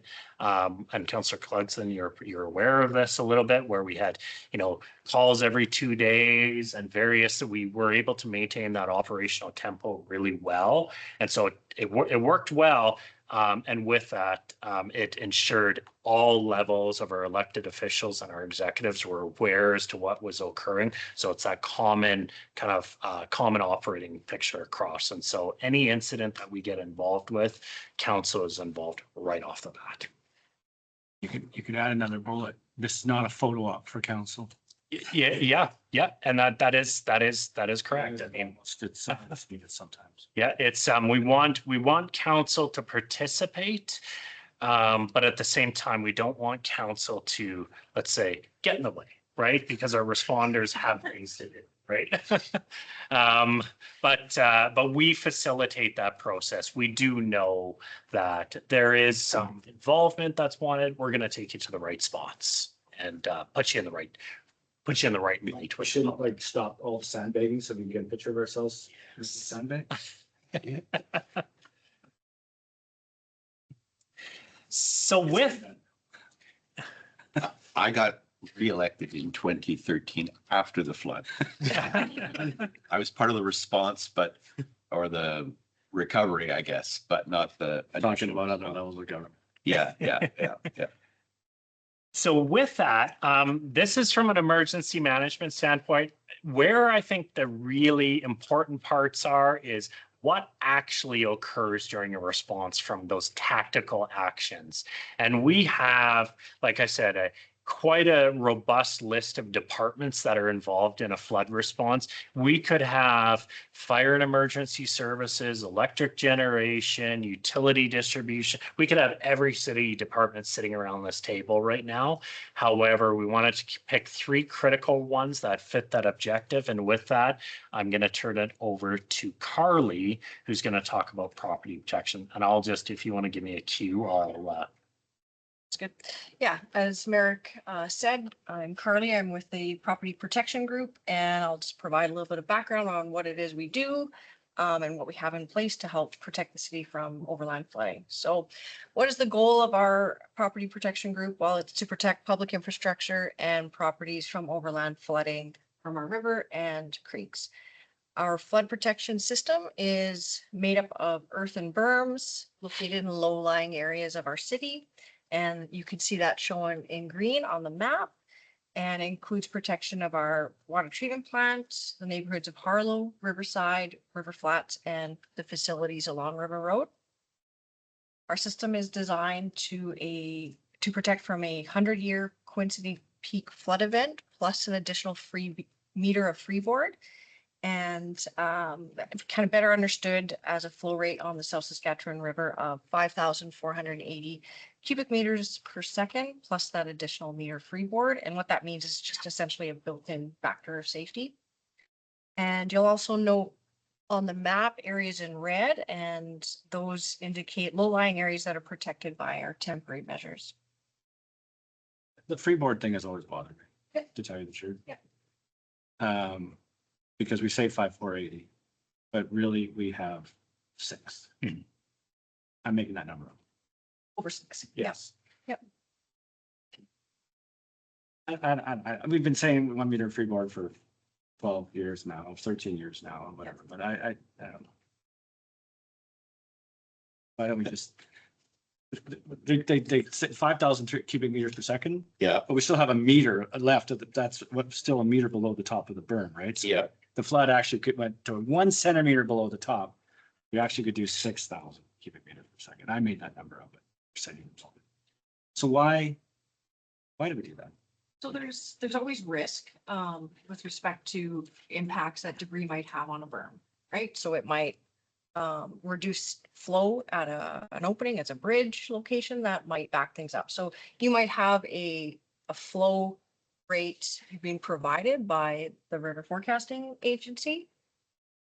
And what you end up seeing in certain locations could be different. So, Yeah. the next slide. Yep. So our temporary measures shown there, they consist of various systems that are deployed once a risk of a flood is identified. They include our demountable barrier systems, which we spoke about earlier, and we have 6 locations for that. 2 within the Lions Park, Strathcona area, 1 in Riverside, and 3 along River Road, protecting City Hall, Court of King's Bench, and the law courts. And then we also utilize HESCO and Barricade, which are made up of systems of caged baskets with fabric inserts designed to hold back floodwaters once they're filled with fill material and covered in poly. And we also utilize 2 muscle wall systems. They come in 4-foot heights, which are filled with water during deployment. And they also come in 8-foot heights, which are showing up on the screen and are pre-filled with foam. These are also covered in Refilled with foam. foam. Yep. And these are also covered in poly once they're erected to hold back the floodwaters. We utilize plugs in our storm system to help create redundancy in our storm backflow prevention system, which I will get into more detail next, and pumps to handle stormwater should we see a rain event at the same time we see a high flow event. May I just have, where do we use the HESCO walls? So if you go back to the other one, yeah, so you can see in red, I won't get into too many details exactly where we use what, but those locations in red is where we use those temporary measures. Some locations will see the Barricade or HESCO, which are very similar systems. HESCO is just longer of a system than Barricade. Other locations where typically where we have like a paved surface in Riverside, you'll see muscle wall because it's more suitable for that deployment. Okay. Oh.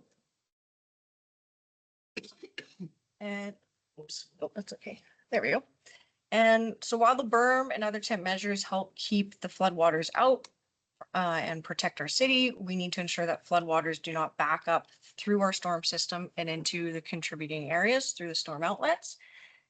What we use is, or what we've installed are inline checkmate valves, which you can see on the left side and in the center photo there.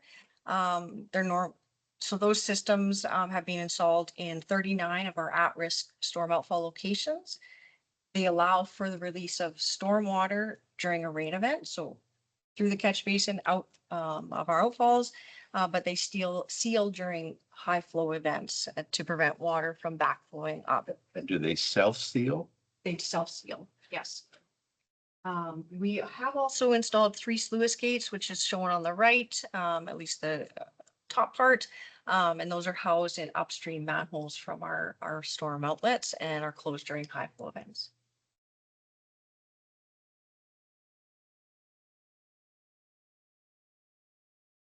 So to ensure our system continues to operate efficiently, our operators go through annual training of our various temporary systems prior to our typical flood season.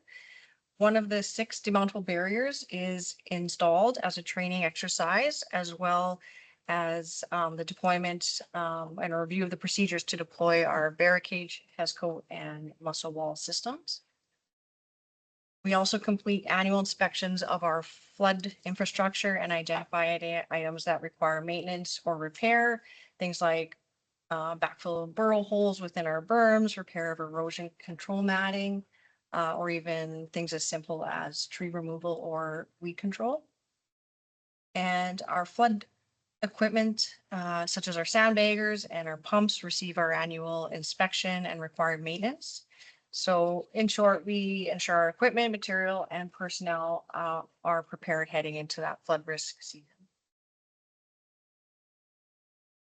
And finally, we have a very robust plan in place to help identify the level of threat from various flow events. You can see we have a good understanding. Go to the next one. Yeah, right. Oh, touchy. There you go. We have a good understanding of what areas will be impacted based on what flow event we're receiving. With this information, we're able to ensure our temp measures are deployed in time. So it's hard to see on the screen there, but we have identified all the locations that our temporary measures need to be deployed to, when they would be impacted by what flow rate, when the access road to those locations would be impacted by a certain flow rate. It also indicates the time frame that we typically would see to set up these measures as well. You guys have a better than this. Don't you have an overview that shows the city and then you say at 4,000 CMS, it's here, Yes. here. That is, That's much better information than this. yeah, so this is very detailed, and this provides our property protection group a plan as to what needs to go where. What you're referencing is more of a full That, flood protection But plan. it shows at 4,000 cubic meters, what would be affected. Yeah. And Yeah. that, Yeah. that one's a much better slide. I'd say, if you're. Unless that's. No, that's okay. So we also have a comprehensive plan as to if and when supplemental plugs need to be installed in our storm system, and where our pumps need to be situated at the same time to manage any stormwater. We also have a plan in place that identifies at what flow rate our bridges are maybe at risk of impact and possibility of needing to close them. Next. Yeah. So in summary, we have a property protection system in place that consists of permanent earthen berms, temporary measures, storm outfall, backflow prevention valves, plugs, pumps, sandbagging, maintenance, inspection, and training that leaves us significantly more prepared than we were in 2013. Do you have any questions?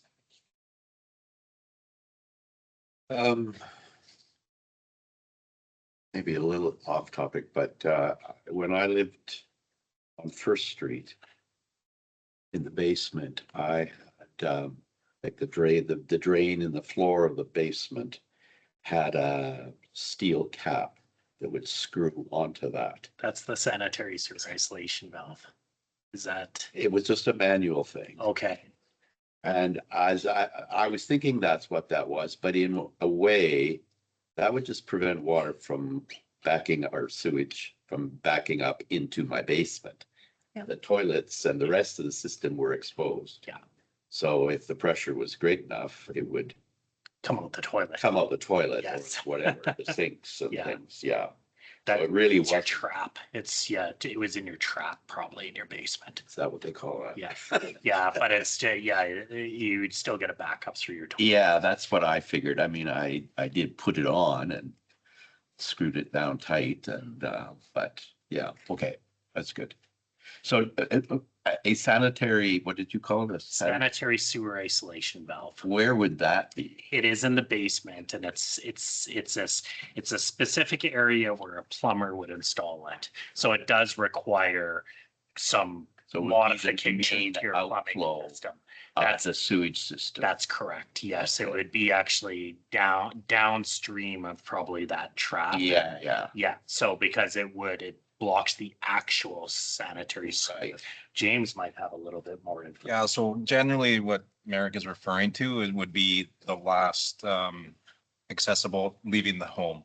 Right. So all other laterals would be behind that. Right. And then this valve would be at the end before it leaves the foundation. Right. So it's kind of closes off the house, as you said. Right. I think what you're referring to either was your sewer clean out cap that have two nuts. Yeah, a bar and So a, that's exactly. Yeah, yes, yeah. For our team to access that, to clean your main sewer line. right, And then other places, individuals put a plug in their floor drain, because that's usually the first place that it'll back up. And then toilets, showers, anything in the basement. Yeah. But what Merrick is referring to would be generally right before it leaves the house. Yeah. So that all laterals are taken care of. And we were, if not one or the only municipality paid for all of those. Remember, we put $1 million into that in 2013-14. So everybody could install those. Yes, it was, from my understanding, it would have been through a grant. Okay. That he meant, you can correct me if I'm wrong, and I'm wrong a lot. And I may be wrong, so excuse my slide then, because it Okay. does say provincial Yeah, grant. so we know we went ahead with that on our own as a municipality, and it was expensive. And there were 400 or 500 of them installed, if anybody remembers. And we paid for that. And we may have got some grant money back, but we were also fighting for grant money for the Yes. berms at the same time, because we went ahead with the berms without grant money, if you remember, for the most part. And begged. yeah, I do remember all that and going ahead without the grants, but So it's, that I'm patting, that's a pat on our back again, that this municipality took that. and oh, yeah, Without. Yeah. Other levels ago. right. Carrying on. So I'll maybe from now we'll talk about people. Like how do we support our residents during an overland flooding? And so Shauna will talk about this. Yeah, so emergency social services, all of those people. So during an incident of this nature, we would set up a reception center to give resources, information, basic needs to our residents. So all those people that are evacuated need a place to go to get access to a variety of things. Inside that reception center, typically, we would help people register with a provincial registration system. And this ensures if there is any provincial funding during or following response, they would have access to that funding because they would be registered as someone who was evacuated. It also helps us if we do need to provide lodging, and I'll talk about that in a second, to know who has checked in and who needs those services. And also, not usually with a flood event, but in some cases, family reunification. If it's a bigger, different type of event where people are missing, then they may need access to that. We'd also provide information through our information officer, which would be a central point of information for people who have been evacuated to come and get access to know what is happening with the evacuation, when they can get back in their homes, what kind of supports they can access, and whatever other types of information they need. In the reception center, we would provide some of those social supports, such as mental health supports, translation services, culturally specific supports, companion animal services, which were actually required by legislation to provide emergency services for companion animals whenever possible. So what that looks like depends on the incident, but we would be required to help out with animals. Also basic needs, food, clothing, and shelter. So when people are evacuated, we would communicate with them that evacuating to a friend or family member, especially if it's flood and you have other friends or family within the community, that's the best place to go. Some people don't have that, or all their family and friends are in the same area. And so we may need to also then provide some housing options for people, which generally we would go for more of a group residence, which is like the college residence units or hotels or motels, that type of lodging versus congregate housing, which would be more like cots on the ground in a big arena. It's more cost effective to go with group housing, like hotels. And it's also much easier on people that are being affected to have the comfort of a one room versus a shared facility.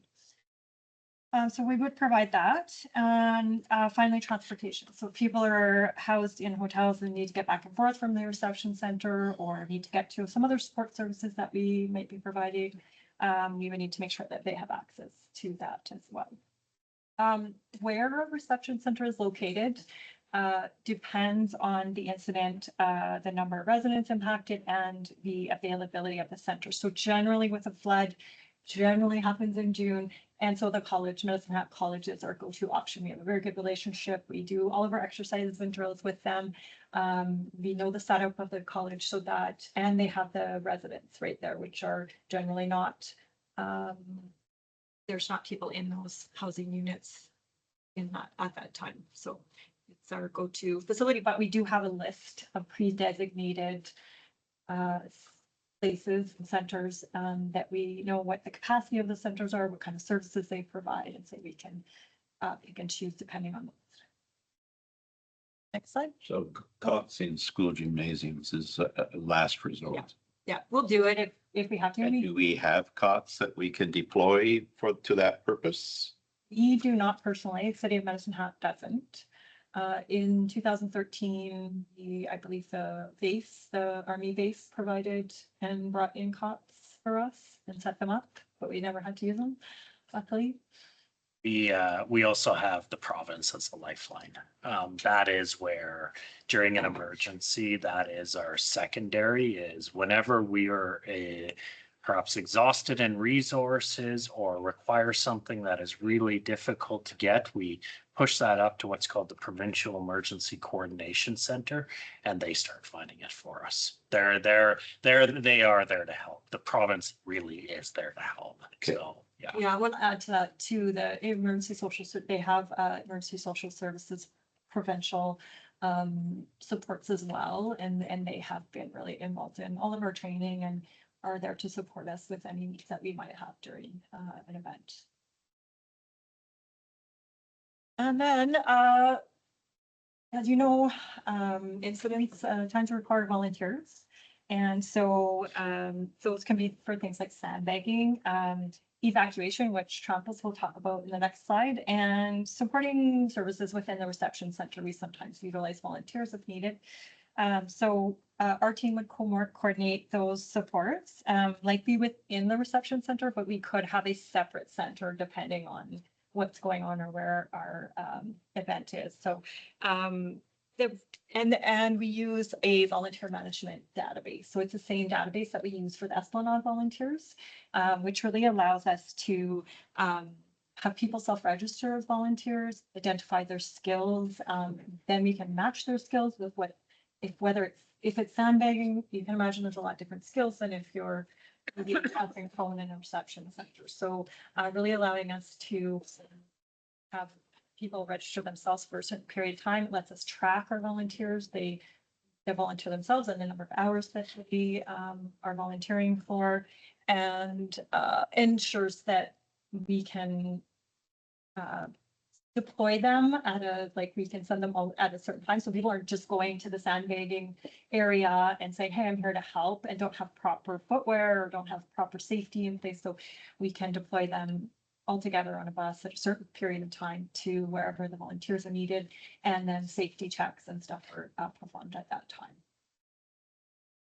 Can I just go back to the last slide and the reference to support services? Mhm.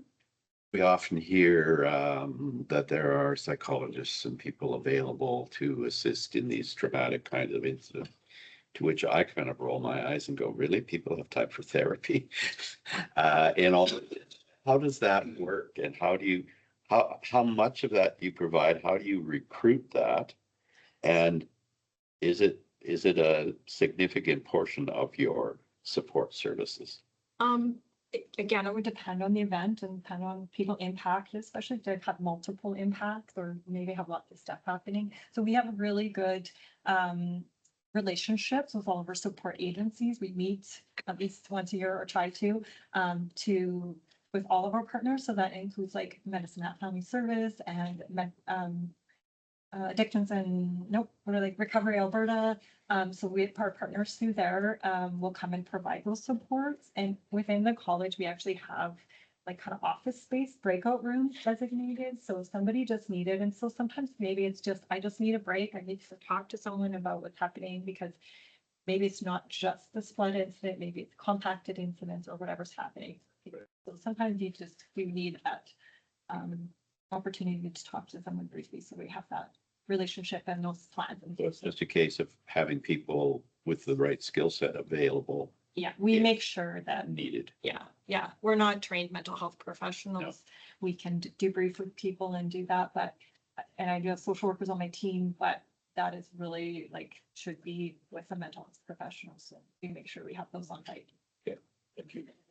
Maybe just to add to that point is, excuse my terminology here, exactly as kind of how Sean had said, like Recovery Alberta and Alberta Health Services. I don't quite know how each kind of, I don't know, box is set up there. It's a little bit complicated right now, but I'll just say AHS for the sake of saying AHS, Old Alberta Health Services. They actually have a full mental health team that they deploy during disasters to any community. They actually have a complete van. I saw it actually up in Jasper. It's a mental health emergency response team through Alberta Health Services. They roll up in their van and they provide mental health service right out of that van. Yeah, and that's how prepared the province is now, right? And your experience was that was utilized? Yeah, it was very well utilized. Okay. Yeah. Especially an event like that, where Yes. the community's been evacuated. Yeah. And I think even just to tag into that, we're also seeing that on the responder side of things as well, right? When I was in Crow's Nest Pass, we had a critical incident stress management team on site. Just for dealing with the responders and the people dealing with the incident, because things would affect you in ways that you weren't quite expecting. Right. So it's become a lot more prevalent, not only in the response to the community, but supporting the responders. Well, and I'll add one other thing, the companion animal, like us taking care of that directly is because of people's mental health. Leaving your animals behind or not, knowing if they're cared for or not, having access to them can have significant impacts on people's mental health. Good.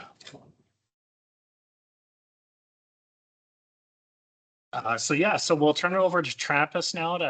It's a little bit of a bridge between, our residents and the actual response. This is one where it doesn't actually fit in a department per se. And so Trappist will just chat on this one. So our flood management plan has a really detailed when we evacuate which community. So for example, the North Flats, Harlow and Riverside are evacuated when we hit 1,500 cubic meters per second, where we don't evacuate Parkview Close until we hit 5,500 cubic meters per second. So we've got a very established community evacuation plan. In an event of a slow moving event such as the flood, we actually send teams out to go door to door. So those team consists of our sweeping personnel, some mental health folks we send out with them, as well as law enforcement. And then they're able to identify kind of those special circumstances, that this resident needs a hand evacuating because they're in a wheelchair, or this resident refuses to evacuate, and kind of how we need to handle that. So once a neighborhood is evacuated, it becomes our responsibility. So we have law enforcement and or security secure that area to prevent kind of anybody with some more nefarious intents from going into that community. And then just a note again about the sanitary sewer isolation valves that are installed. And we try to do some public education around this every year, kind of emergency management week, or emergency preparedness week, which is the first week of May. So it's quite timely to kind of remind people. Sometimes it's to remind them they have it, or if they've bought in the new house, they may not know they have one in their building. So we really try and do some public education around that, because it is the residents' responsibility to activate that. We don't go door to door and do it. It's the residents' responsibility to activate that valve. And then, yeah, we just, like I said, we go to door to door, really ensuring that the area is cleared. We mark the houses with tape to identify that they've been cleared. And then we'll also leave notices for other folks that may not be home and may be returning may not have had the understanding of that evacuation order. One thing just the last thing to note on that, in order for us to do an actual evacuation, we do need a state of local emergency declared. So that would be you folks that would need to declare that in order for us to legally issue an evacuation alert or evacuation order.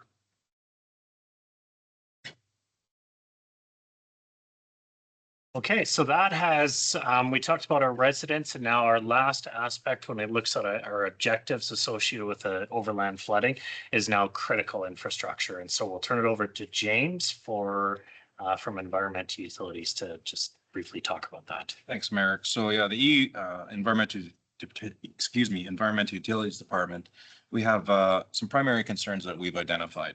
So obviously, surface flooding into the sanitary sewer system, satellite facility protection, backups through stormwater, which we would call cross connections, sanitary sewer lift stations flooding, and potable water system contamination. So for today, I'm going to go into a little bit more depth about the first two, and then I'll circle back around about the last three. So as you can see from this photo, this was taken from a previous flood. This would be close to the Strathcona Center down on 5th Street. So as conditions of a flood event start to worsen or become concerning as based on flow rates, EU would then prepare materials and manpower for deployment of our manhole protection sealing. So we've actually gotten a little bit more savvy with how we do it. We use Lego blocks instead of gravel now. So what happens is the manhole lid is removed. There is a pan that goes in the bottom. That manhole lid goes back on top.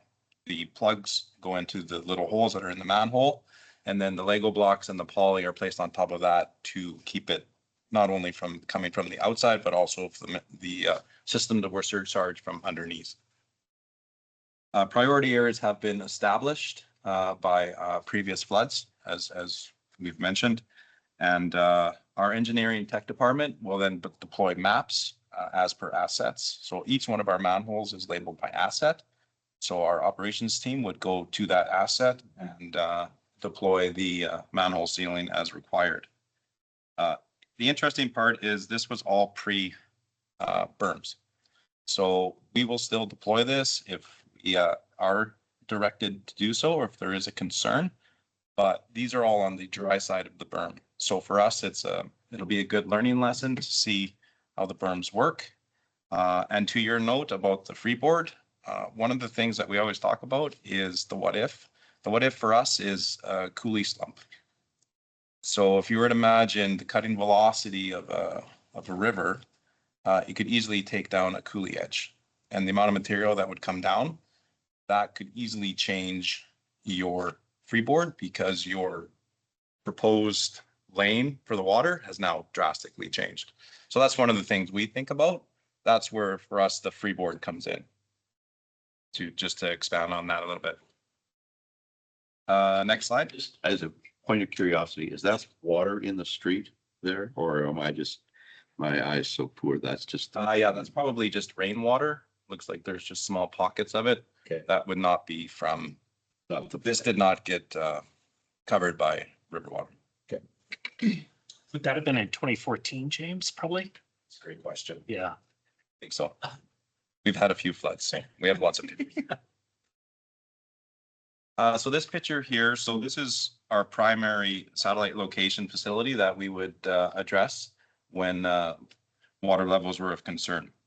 So this is down in Police Point. This is our aquifer pump house. So there's 3 wells within the park and then the building itself. So we will take the physical, we'll go down to the physical structure. EU will attend for removal of equipment. That will be done by both our electricians and our operator staff. This usually takes about a half a day. We want to get in there before there's any type of surface water, just for physical access to it, so we don't sink in the mud. This building, just for your own reference, so you can kind of see in the picture where the brick has kind of got gray. That was about 16 inches of water that occurred into this building.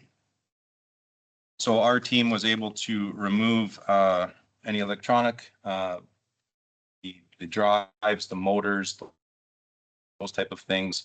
The electrical transformer outside is de-energized by the electrical department. So it's a safe facility to be able to, I guess, not berm, but just allow to flood. So where is, okay, what is this, water pump or sewer pump? This is aquifer. Yeah. Yeah, so not Where poly. is that building in Police Point? That's up on by the path. So if you were coming down Police Point Drive Yes. or Parkview Drive, I believe, Police Point Drive, One that they're. and you just enter into the park, you come down that large hill, it's on the left. That's that. Yes, so it's down in the bottom. So yeah, it's a water pump, not a sewage pump, because our sewage pumps will now run underwater. Exactly, yeah. So we I was gonna ask circle around that. The lift stations. Yeah, the lift stations will run underwater now. Correct, yeah. But so the aquifer pump, It's the one they're. we don't talk about the aquifer very much, but so what is, this water is used for what purpose? So its current use right now is the large pond at Big Marble for irrigation purposes. That water fills that pond. It also fills a pond just adjacent to that over by the co-op. This water used to be used by manufacturing, mainly Methanex.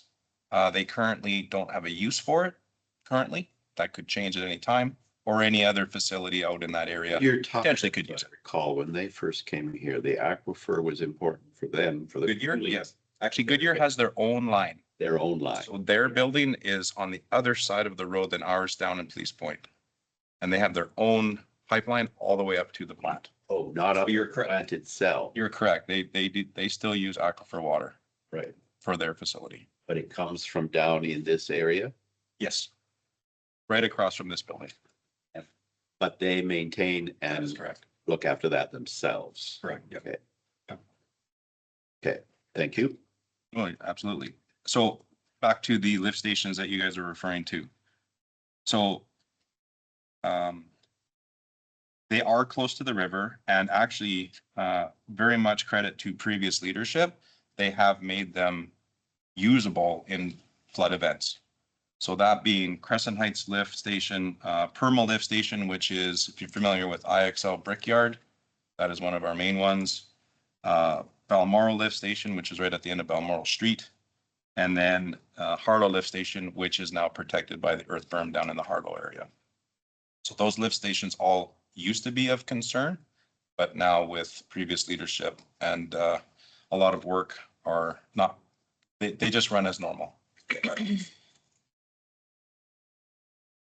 And then just to finish off the potable water system. So the potable water system during a flood event literally runs like it does today.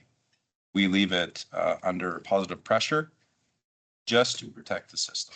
So if there ever was a failure, having that potable water being released keeps that system from being contaminated.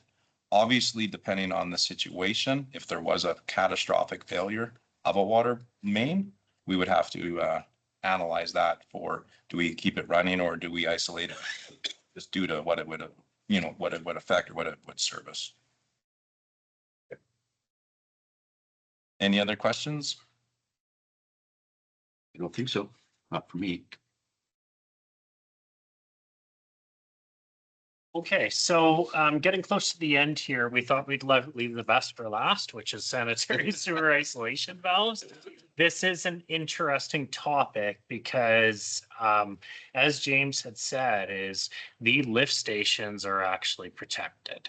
And so sanitary sewer isolation valve is intended to prevent sewer backups from lift station impacts.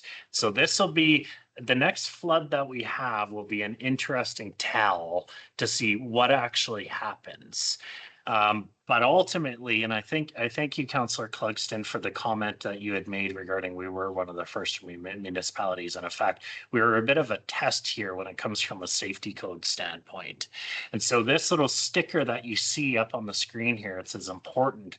That was a requirement directly from Alberta safety codes because we were kind of this wasn't a standard process that is used to plug a sanitary sewer. It was an agreement that occurred. Yes, you can do it. Yes, you can install it. However, as a requirement, we had to stick this sticker into every person's house that has a sanitary sewer isolation valve. So on that sticker, I know it's very small, but it actually says you are not to close your sanitary sewer isolation valve until, it says it directly on here, the Director of Emergency Management calls for you to do it. So that is in over 500 houses. And so, yeah, it's fine. It's okay. So how You get in on the very fine. yeah, so that is actually, so it is actually meant to prevent sewer backups. Like, I think we've talked about this quite a bit already. That valve is what prevents anything from coming up, is going to prevent anything from going down. So the homeowner cannot even run their water. There's nowhere for that water to go. It's gonna fill up their house. And they can run the water. The water still has positive pressure, still be running. Oh, yeah, they can. It's just, there's nowhere for it to go. If you flush your toilets, it's gonna come out over the bowl of the toilet. Right. There's nowhere for it to go. So that was a requirement that we had as the safety codes authority here is from Alberta Safety Code. They had stated, you must put this sticker in everybody's house and educate people every year during Emergency Preparedness Week about what this device is. And Right. so we And how to continue to use it and and how how to and use it. when not to use it. Yes, and as Trampus had said, we do not control anything about this anymore. So we only inform the public about it during Emergency Preparedness Week, but maintenance, use, all of those aspects are their responsibility. Okay. Even from this standpoint, when they were actually getting installed, it was up to the homeowner to go and find their own plumber to go and install it. So yeah, it was done at the homeowner's request, not the city's direction. And these are in low-lying areas, like Yes, so primarily floodplain. North Flats, there's quite a few in Riverside, there's South Flats, there's some in Harlow around Industrial Ave there. So typically, in order to qualify for a sanitary sewer isolation valve, you had to have suffered a backup. Right, Yeah, so your house had to have had sewage in it right. to get it. So because you are now at risk of a backup or a future backup. But then again, what will happen in the next flood? We don't know, right? So. Yeah. There's no reason why people in higher areas would need this. No, it is just from that hydraulic pressure of the sewage coming up because it essentially has to, Right. right? And so Right. there has to be a lot of pressure in there, Right. which typically occurs in the low-lying areas. Right.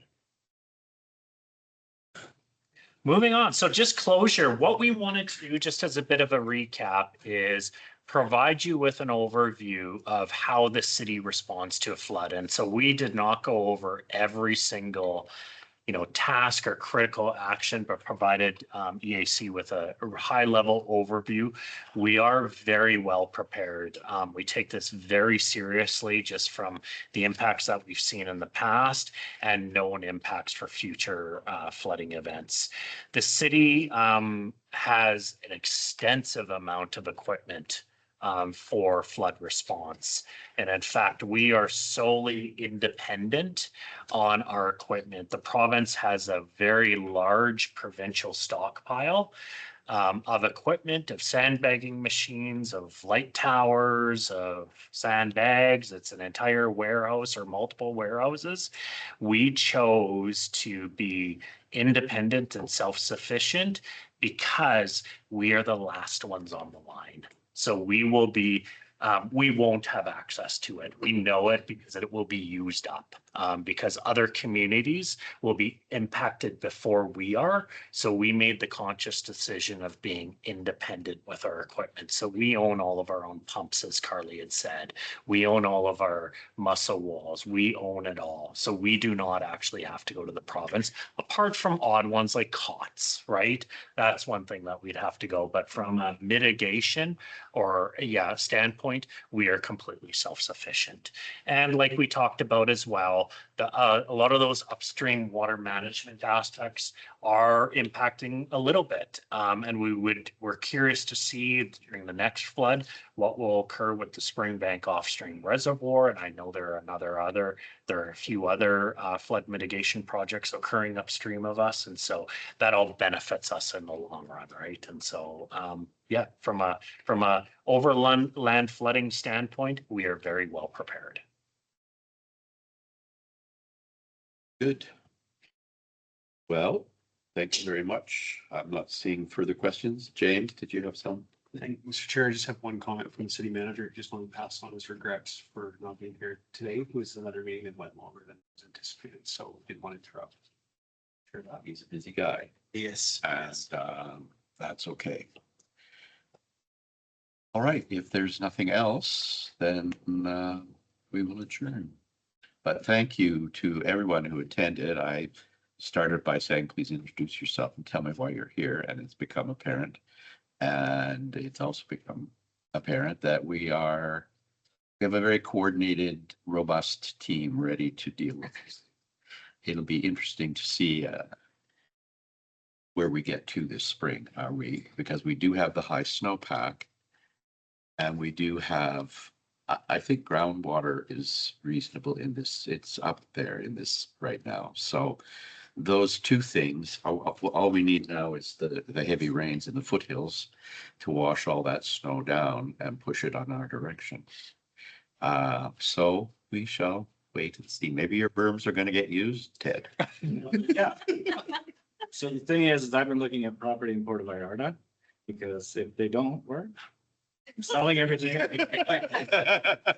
I will no longer live here. Thank you all. Training document did you watch? Are you good if I cut this down? Yep.